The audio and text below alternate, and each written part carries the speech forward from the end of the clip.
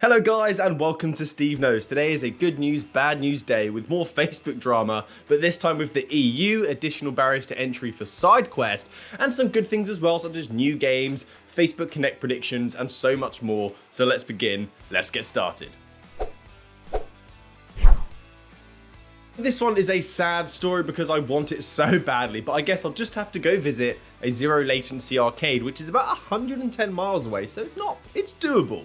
This one is because FarCry Virtual Reality is coming exclusively to zero latency locations. This is a big franchise name that I would welcome to virtual reality with open arms. This is expected to come in 2021, so not anytime soon.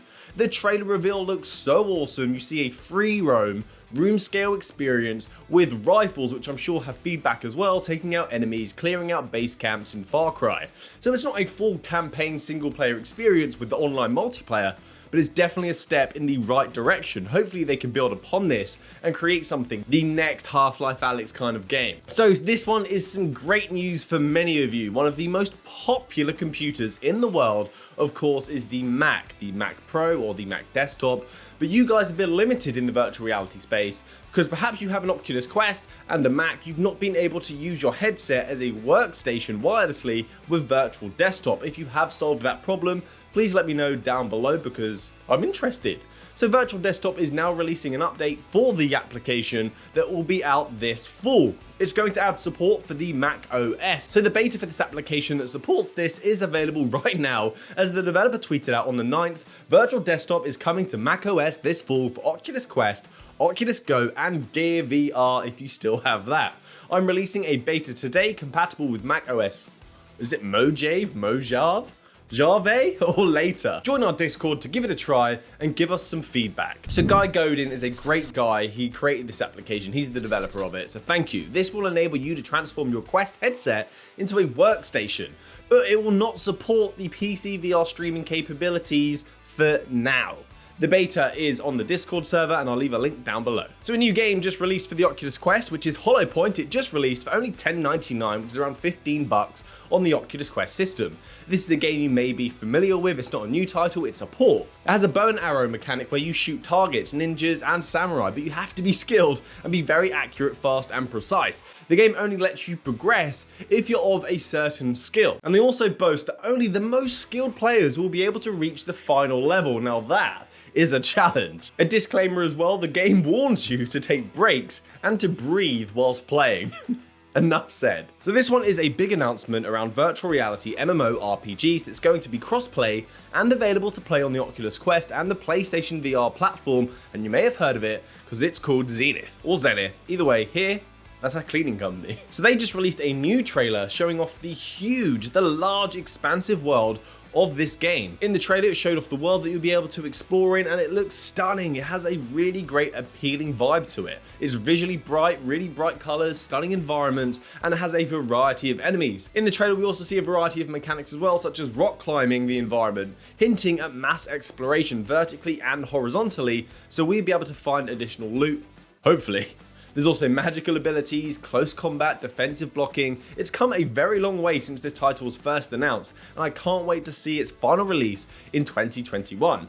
I'm not sure if the Oculus Quest or the PlayStation VR version is expected to release at the same time, but the developers are trying to bring it to those platforms. I just don't know if it's going to be released on the same date. Another game, a big developer has just announced that they are creating a virtual reality title based in space called Agos. This one is from Ubisoft. This is a space sim title that is about exploration, which most space sims are, trying to find a new home for humanity. This is expected to come October 28th, so it's not too far away. The game was announced at Ubisoft's press conference. So in the game, you play an AI, which kind of reminds me of HAL if you've seen Space Odyssey. Die all users. You are operating the last ship, the last hope of humanity to leave Earth at finding a new home, and you must guide these survivors across 8 different solar systems in search for a new planet. The trailer highlights maintenance work upon the ship, upgrades and modifications, but no combat. The whole vibe of the game is very tranquil. I'm sure there's an audience for this kind of title where it's a epic form of escapism, avoiding stressful situations after work. So this is coming to all major platforms, but not the Oculus Quest on October 28th. So this next story, I was kind of taken back. I was just like, why? The headline is Oculus Quest sideloading to require giving Facebook your number, or card details. So you may have seen there's been a new policy update, you may have been getting emails, I know that I've definitely got a few regarding these updates and these new policies, and they want you to confirm your account again, but to do that you need to provide additional information on yourself. So in order to sideload content, you have to have developer mode enabled, which to do that you have to make adjustments to your current account to say that you're a developer. So from October 8th, if you want to sideload content, Facebook will require a verification step asking you to provide your phone number or payment details. Of course, this isn't really an issue if you're someone that's already done this, you already have this information on your account, it's kind of BAU for you. But for the people trying to be incognito, or perhaps you're not of age, this is going to be an issue for you. You may have problems with this. If you already have a developer account created, we have until February the 1st to make any adjustments and verify who we are.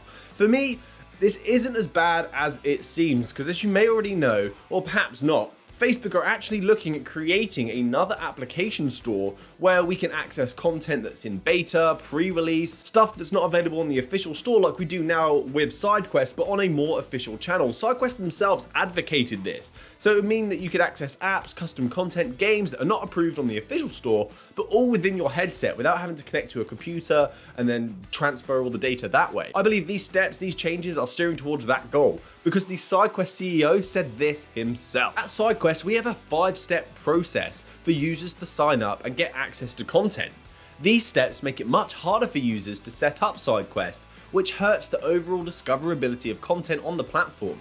And it sets up technical hurdles for users to overcome. So Oculus have introduced a 2-factor authentication as a layer of security around developer accounts on the Oculus developer dashboard. This move makes more sense as they're working towards opening up new distribution options on the Oculus Quest, which is what I was just talking about, that new channel of pre-release content. Let me know down below if this is something that concerns you. To me, I'm kind of excited because it may not be too far away now until we get that new channel available on the Oculus Quest store, which will be a positive, as SideQuest said, because they're thinking of developers and discoverability of content. Some great guys over there. So let me know your thoughts. So this one, the EU bite back to Facebook. So recently you may know that Oculus required a Facebook account to use their Oculus devices starting next month, and how Germany were biting back because the use of the data is going against a policy of theirs called the no coupling rule. And you also may have recently got emails about policy changes, so a lot's going on in this space, and not all of it has the best interest of the consumer at heart. Well, it seems we've got even more countries fighting back. It's not just been Germany this time. So Ireland has stepped in and given Facebook an order on the data collected by its users that are within the European Union to be halted and not to be sent overseas to the United States.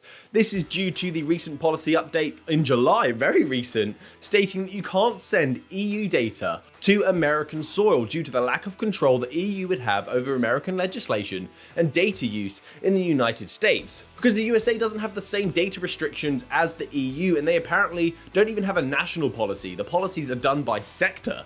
So to comply with these demands, Facebook are going to have to rework their infrastructure and compartmentalize all the European data on our side of the map. If Facebook do not comply, they will face nearly $3 billion in fines. So things are unfolding. I'm really looking forward to what this investigation uncovers. Things are getting really interested here. But also Facebook, I'm pretty sure that they have servers, they have data centers in Ireland. So perhaps they can just use those. It's that time of year again when Oculus are going to give their conference, and we're going to see what's down the line for us. So Facebook Connect is in a few days. Exciting times to see what's coming down the road for us in the virtual reality space. And recently, John Carmack commented on some of the work he mentioned OC6 in his huge developer keynote speech, stating that some of the topics that he mentioned should be touched upon again at this event. So Upload VR, thank you so much. They had gone through this hour-and-a-half talk and picked out some of the most notable comments made by John Carmack that we want to hear at this Facebook Connect event. But Carmack also mentioned that some of the pain points he talked about are still unsolved. So the first one is the wireless Oculus Link solution. Carmack said that Facebook want the Link to work over Wi-Fi, and of course, this comes with latency issues, as Guy Godin from Virtual Desktop will know, he can attest to. Virtual reality needs to have very low latency, otherwise it will break the immersion, and it can make users sick. So fingers crossed that we're going to get an official wireless solution for the Oculus Link. That would be brilliant. And since we're on the topic of latency, Carmack also touched on casting. So when the Quest was first released, the casting was awful. It would freeze, it would have pixelated visuals, the delay would be like 3 to 5 seconds, it was just so bad. But then an update came further down the line that improved upon this, the quality is much better, the delay is much less, but it's still not perfect. Casting Beat Saber so you can include the family in what you're playing is just such a hard experience because the music's not in time what you're hearing. That's just a couple of the talking points that we hope to see improvements upon. Obviously, we expect the Quest 2 as well to be mentioned, perhaps showcased. I'm really curious to hear the specs on that. Please comment down below if there's any features you want to see at this event. I'd like to hear what you think. So that's it from me today, guys. Thanks for watching to the end of the video, getting caught up on the latest and greatest in the virtual reality space. Please subscribe to the channel, bring me one step closer to the dream. Thanks to my patrons, you absolute legends, and happy gaming, guys. Good day.